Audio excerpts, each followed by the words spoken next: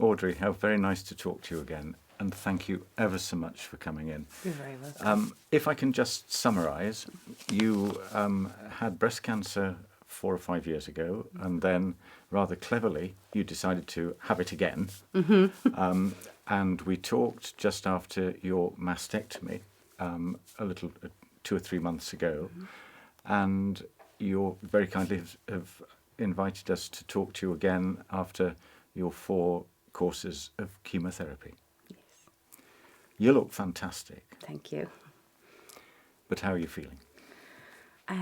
Feeling okay now, but I've had 4 sessions of the chemotherapy. The drugs I was on this round was, as my oncologist called it, a pukogenic. I'm sure you won't find that in a medical dictionary, but very bad side effects of nausea. So it has been a rough 12 weeks, but I'm out the other end of it and feeling my energy levels are starting to pick up every day, and I'm feeling a bit better.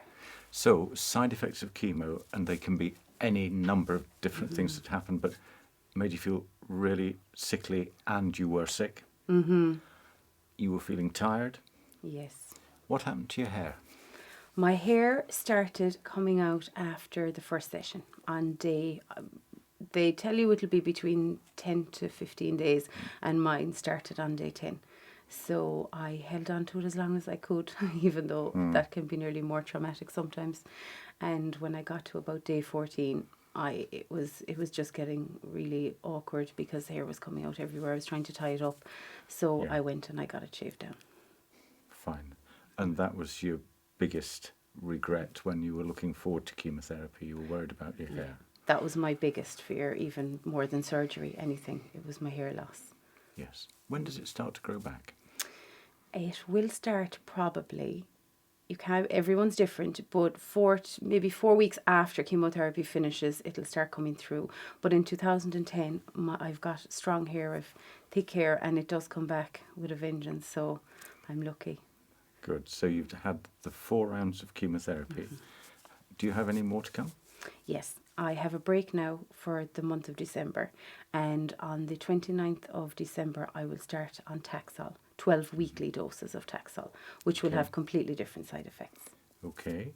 And how did you find out about the side effects, and how did you find out about the treatment? We're talking to our students, we're talking to medical and nursing students, pharmacy students. So how could they talk to you about what to expect and the alternative treatments that perhaps could be used for you? Well, my oncologist gave me a summary of what possible side effects, which would be nausea, GI upset, diarrhea, constipation. But then I got a booklet from the Irish Cancer Society from my oncologist nurse. And I read through it, but I must admit I read it briefly because I had this thing, if I imagine them, I'll get them. So I didn't want to know, but I knew nausea was going to probably be a factor, and it was. I haven't. When I was in on my last chemotherapy session, I did ask my nurse on a few occasions, what can I expect, because I kind of want to know now what's ahead of me, and it will be completely different. It will be joint pains and peripheral neuropathy in the fingers and the toes, and in the feet, and burning sensation, and maybe flu-like symptoms. But I personally think I'll manage those much better. Okay, and is there any protective medicine that they can give before you start to try and reduce the impact of some of these side effects? Yes, I was on antiemetics. I was on a drug called Amend, which is a very good drug, but it's still, and also steroids. But I felt I still got sick even on those. I was unlucky. There was other girls who were getting chemotherapy at the same time, and they found the effects weren't so severe for them. So everybody's different, but I was more sensitive to the drugs that I was on the last cocktail. So you've had 4 courses of chemotherapy. You're looking forward to some more at the end of the month. And there were some side effects. So was the nausea a real problem? Yes. For me, it was severe nausea. It started, I would have my chemotherapy on the Monday, and I would go home and sleep Monday, but I would wake up Tuesday feeling nauseous.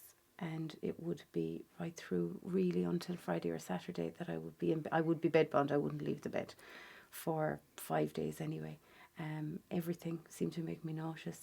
Smells of food, not just food, noise, which I think is very unusual. But I remember one day there was a lawnmower out the front, and the noise of it made me feel sick. So I really was quite sick on that one. And there was medication to help? Yes, I was on an antiemetic, which I would take. I was on steroids, which I would take the day prior to chemotherapy and the day of chemo the day after. And I was also on another medication for 3 days. And I'm sure they worked, but not well enough for me that I still felt side effects. Fine. And then you start a different chemotherapy treatment at the end of this month, do you? Yes.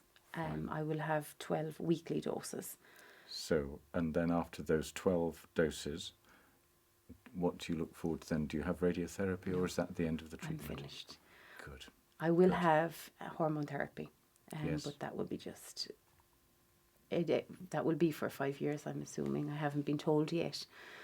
But I will be finished treatment on mid-March. So you've been through an awful lot in the last 3 or 4 months. You've been through a diagnosis of a second cancer. You've been through an operation. You've been through significant and disabling chemotherapy. Where have you got the information from?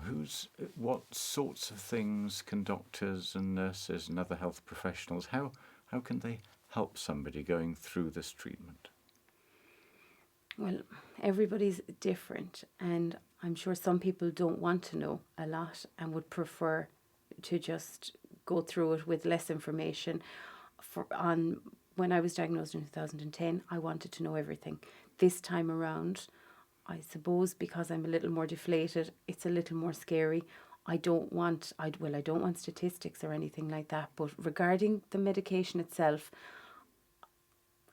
I would think it's best to probably give all the information or possible side effects, because when you're at home having them and you're wondering, is this normal, is this not? Unfortunately, on one day I was quite sick with tightness in my chest, which would be a symptom I would be concerned about, and I was told to ring the on-call in the CUH if it was the weekend, and I did, but unfortunately there was no on-call oncology team on. It was just a general doctor, so I wasn't able to get much information, and my choice was either to go up to A&E, which really I wasn't in a state to go up to A&E, and thankfully it passed.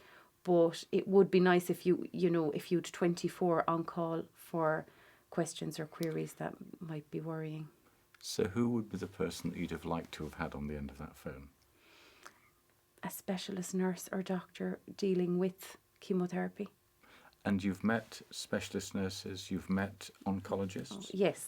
So tell me about the good things that your specialist nurse does.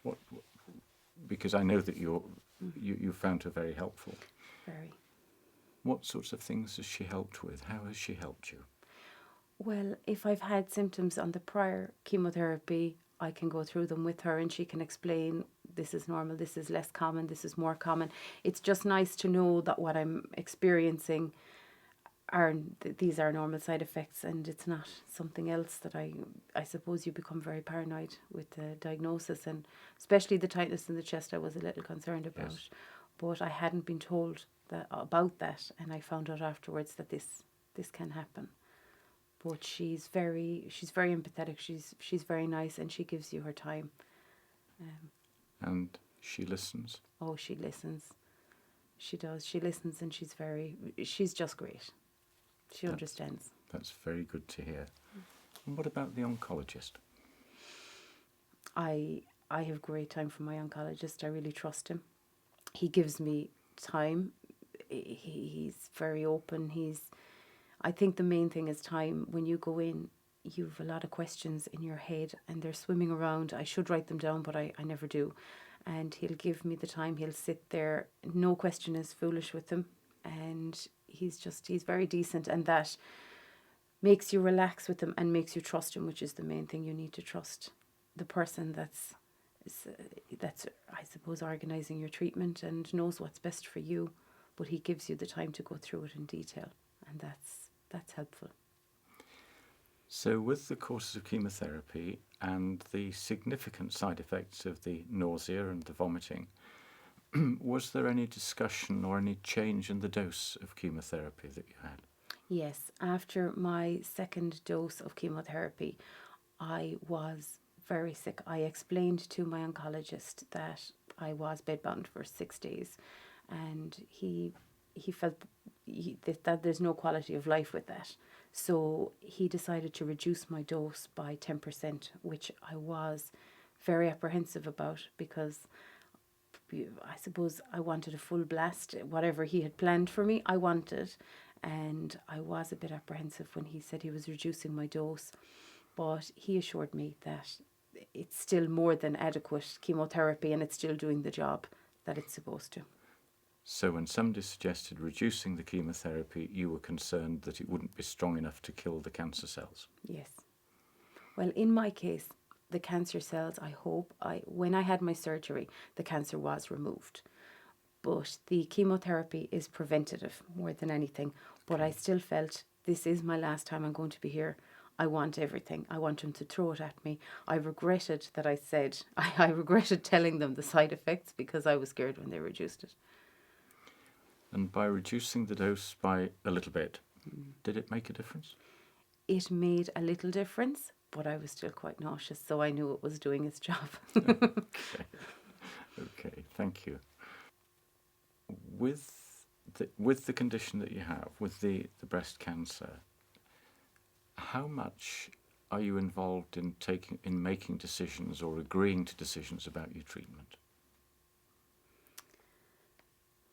That's a hard question to answer because what my oncologist, the course of treatment that he's laid out, I've never questioned, and I've never disagreed with anything. I suppose I don't know any better. He knows doses and calculations, and that's his job. So I do what I'm told, really. So it must be important about how he tells you, so that because you said you could trust him, and yeah. he spends time, and you could ask questions. So how does he explain what's going to happen to you that makes you think, yes, that's reasonable, I understand what's happening, I can go along with this? I suppose it's not what he says, but it's because this is his bread and butter, so to speak. I know he's good. He's a great reputation, and I wouldn't question him. Maybe that's wrong, but he sat down, he explained the different types of chemotherapy, the different drug names, the course, the weekly ones and 3 weekly sessions, and I just went along with it. Fine, but you felt the explanation was full enough for you to be Yes. able to understand what was going to happen to you? Yes, I did. Yeah. Yes. Now, I'm Yes. sure for other people, I suppose because I'm just a student nurse, but I still have an idea and I've been there before. Yes. So I know I understand it, but for another person, it might be difficult to understand. Like, even when I explain it to family, I have to explain and explain quite a lot because it's confusing for people. So it is very important the way in which the information is given. Can I ask a difficult question? The objectivity and the bravery that you showed when we talked last time was very impressive and very helpful. You've now had 3 or 4 months with a second blast of chemotherapy, with a second cancer. And you were saying earlier that you hadn't really thought too much about it. Does it get more scary second time? Most definitely. The second diagnosis has been much tougher. It's very deflating. You've been through it. I caught it early the first time. I thought I was in the clear. I was going for my 5-year mammogram, which is your all clear, as they say. And to find out on that mammogram that it was back on the other side was very, very hard.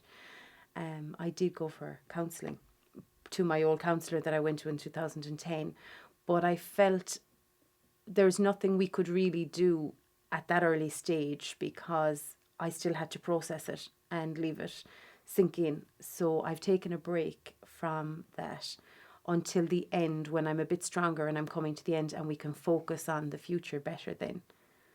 But definitely second diagnosis is much tougher psychologically. It's mentally tough. Do you feel you have a future? That's hard. I hope so. I do. Excuse me. I have to think that because life isn't worth living if you can't look forward. It has been hard. I had plans when I graduated, myself and my sister. She's a nurse and we planned travelling around the world and we wanted to go to Africa and do voluntary nursing, and that's been a goal for years. And I found at the start I couldn't even think of that dream because it felt too far away. But as time is going on and treatment is going on, I feel I'll get there. That's what my counsellor will do for me. We can focus on the positives. But right now, you're in the middle of it. It's hard. You're physically drained. You're emotionally drained. You have to fight on because you're not just fighting for you, but you're fighting for family and your friends. And you're fighting that blessed cancer. Mm-hmm. Yeah. Yes. And well done you, because all the signs are good. Mm-hmm. But there must be times in the middle of the night. There are. So is it helpful if your doctor or your nurse or your best friend talks a bit about it or completely ignores that question? I can't discuss that with family. I couldn't upset them like that. I always put on a brave face with family. With friends, I can. Even though I know they're feeling it and they put on a brave face for me, and I know they get upset when I'm not there. But it's something I think right now it wouldn't be helpful. It's something I'll deal with when the treatment is behind me and I'm physically stronger. So what would you tell somebody who is going to go through the same as you? How is it that you're dealing with this very difficult situation and you're dealing with it so extremely well? If one of your friends got a breast cancer and had to go through this, how would you tell her to deal with it? What sort of suggestions would you give? You see, I think it depends on the person you're dealing with because everybody's different. So it would depend on the type of person I'm dealing with. But firstly, it's horrible, but you just need to leave it settle. You need to leave it sit. Like, you own this diagnosis then. You just need to take time, as horrible as it is and scary, to just sit with it, but focus on the positives. I think you must. I'm very lucky because I've always had a positive outlook on life, and I couldn't imagine what it's like for somebody who doesn't, because there's people, we'll say, if you're dealing with mental illness on top and then get this diagnosis, it's a great challenge. But I think you just have to focus on the positives. I think it's important to stay away from statistics, stay away from Googling. I don't think it's helpful to give statistics of reoccurrences. For me, this is my personal experience of it. I think I'd prefer to not know. I know it's unusual to get a second breast cancer diagnosis in my 30s whilst on tamoxifen. Mine was that tamoxifen was meant to keep me safe, and it grew back. A different type grew back, which that is a worry. But I need to focus on lifestyle changes and being as healthy as I can, and just, I think, optimum health and a positive mindset will really help you in the future. And I guess as well, somebody's talked to you about the different sorts of different sorts of cancers, and how the hormone treatment can be tailored towards whichever cancer you're trying to beat. Exactly. Okay. Yes. Audrey, you've spoken in very satisfactory terms about your oncologist. You find him very helpful, very, very knowledgeable, but you said you feel comfortable with him. Now, we know that when we go and see a doctor, that the doctor tends to know an awful lot more about the problem than we do. So there's always, and quite naturally, a power differential in the conversation between a patient and a doctor. How has your oncologist made you feel so comfortable with him, even though you know that he knows much more about chemotherapy than you ever could? I find he puts you at ease once you meet him immediately. He gives you time, because this is a shock. You have a lot of information to take in, and big information. He gives you time. He gives me time, and explains things, in layman's terms, because that's what's important for people. Like, because it's my second time round, I have a bit of a better idea, but for most people they wouldn't. And it's very daunting, and he puts you at ease. He's very down to earth. How does he put you at ease? For me, it's in this case, his personality. He's relaxed. He's just a nice person. He just gives me time, and he understands. He's very empathetic. He really understands what's going on in your head, and that's the most important thing. Does he look at you? Oh, yes. Yeah. He sits down. He'll come in, sit down right with you, and he's just very warm and very open. That's very good to hear. Mm-hmm. You have a very good relationship with your specialist nurse. Mm-hmm. What is it about her that makes her so good at the job? Again, she's genuine. She gives you time. She listens. She doesn't judge, not judge. She doesn't look at everyone's journey as the same. Everyone has their own issues through their treatment, and she gives you time. She's very empathetic, again, and just, she's easy to talk to. And that puts me at ease and makes me trust her. Good, good. And how do you relax? You mean just in general at the moment? At the moment, when the week of side effects comes to an end, when you become stronger, when you can get out of bed, when you think, right, I'm going to join the world again. Mm-hmm. I'm straight out of the house, as I'm sick of four walls. Yeah. Meet friends. Yeah. Meet my friends for lunches, for dinners, maybe the cinema, call to people's houses. I find at the moment, I suppose, the week is, because I have side effects of hot flashes and the sweats, I'm not too comfortable in my wig a lot of the time. So I go to people's houses where I can my friends, where I can go in my comfy clothes and a hat on my head, and I can relax and just chat and watch telly. So one of the problems with the wig is that it's so hot. Yeah. Yes. And then added to that as well with the hormone changes that can happen with treatment. Mm-hmm. Yes. Okay, so we've got to give people time. We've got to regard them as an individual, because everybody's journey is a bit different. How do we manage to see Audrey, not the woman with breast cancer? Speak to me. Ask me how my days are going, how the treatment is going, how I'm feeling. Am I in a good place? Am I scared? I suppose throughout it, no one has ever asked me, are you scared? What's your outlook on the future? I've never been asked that by anybody in the medical field. Even though it's quite obviously an issue for everybody, it's not something that's ever brought up by oncologists or oncology nurses or any staff I've dealt with. And that's important, because that's what gets you through, is your mental state. So addressing that would be very important. So to talk about that would be helpful, or would it be damaging? I find it might be helpful to just touch base and see how I'm doing mentally. Now, I suppose the general practitioner would be there for that.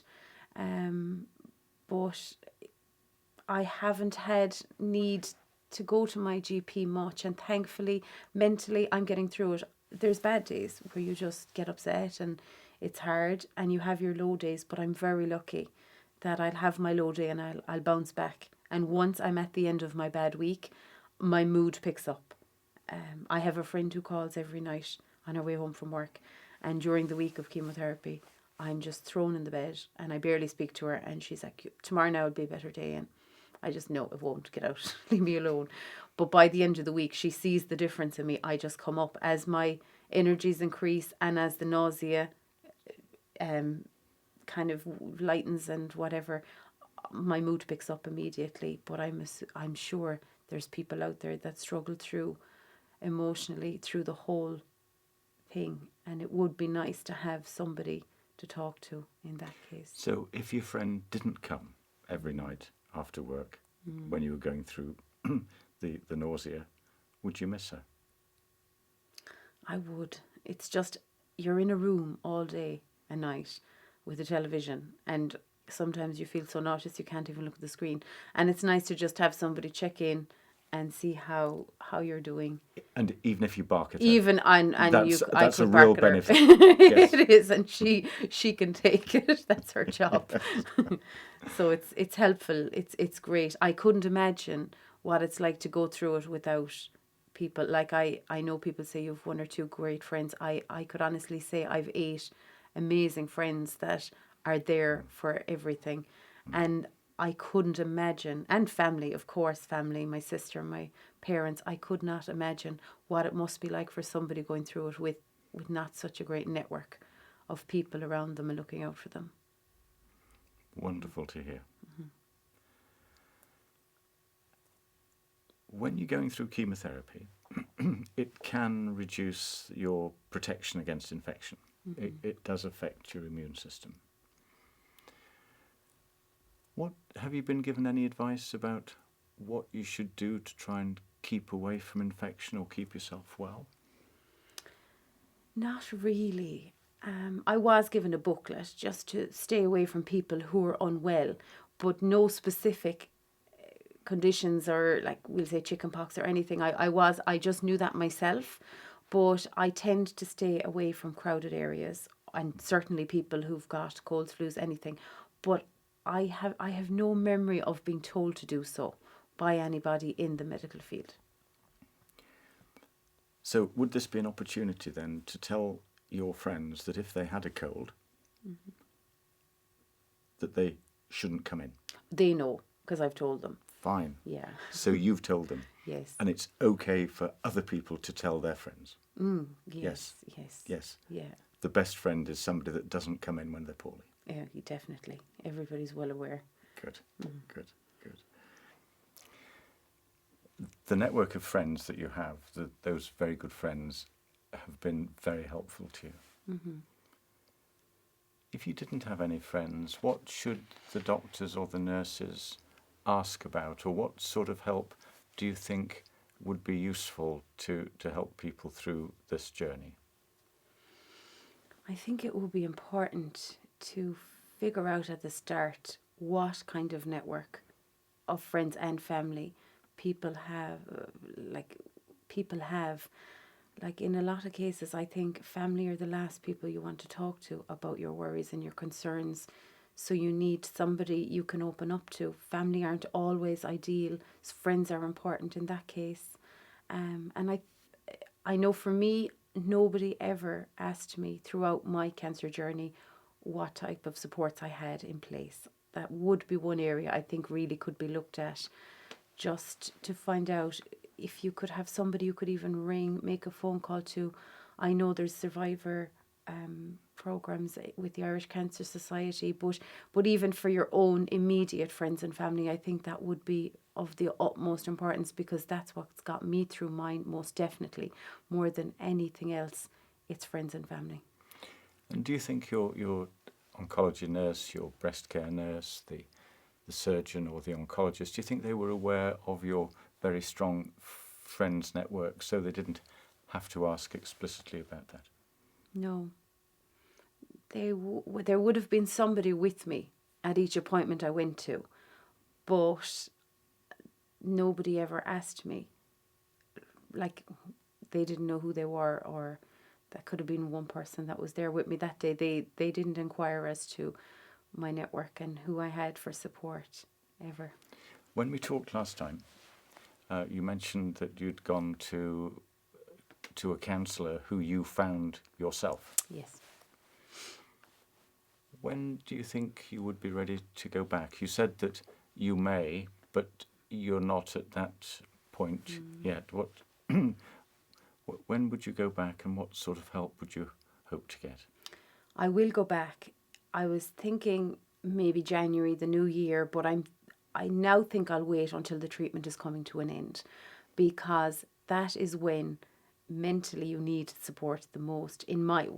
For me, treatment is finished. You're on your own. You have your checkups at the hospital and your annual exams, but for me, it's when the treatment finishes, I take over from there. That's when the control is back to me to look after myself physically and mentally and set goals. It's tiring going through this mentally. You're not able to make big decisions like that.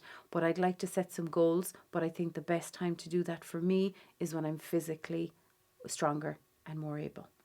That makes a lot of sense. Yes. Yes. And I suppose goals we'll set, things that I want, things, lifelong goals that I've set out for myself, which had to be pushed to the back of my mind for a while because I had too much going on. So things to look forward to, things to work towards. And for me, returning to college, I'm really excited about going back next August, and that's going to be my number one goal, because that's something I've wanted to do for over 10 years. And then unfortunately it's happened. I got through first year and then I got a bit of a whack with the second diagnosis, but I'll get back into it and I look forward to that. And I think that is the most important thing, is to have something to work towards and look forward to in the future. Audrey, would you be happy to talk again sometime after treatment finishes? Most definitely. That would be positive. Okay. Well, Audrey, I look forward to meeting you again in 2 or 3 months' time. Great stuff. Thank you. Thank you. Thank you very much indeed. Thank you.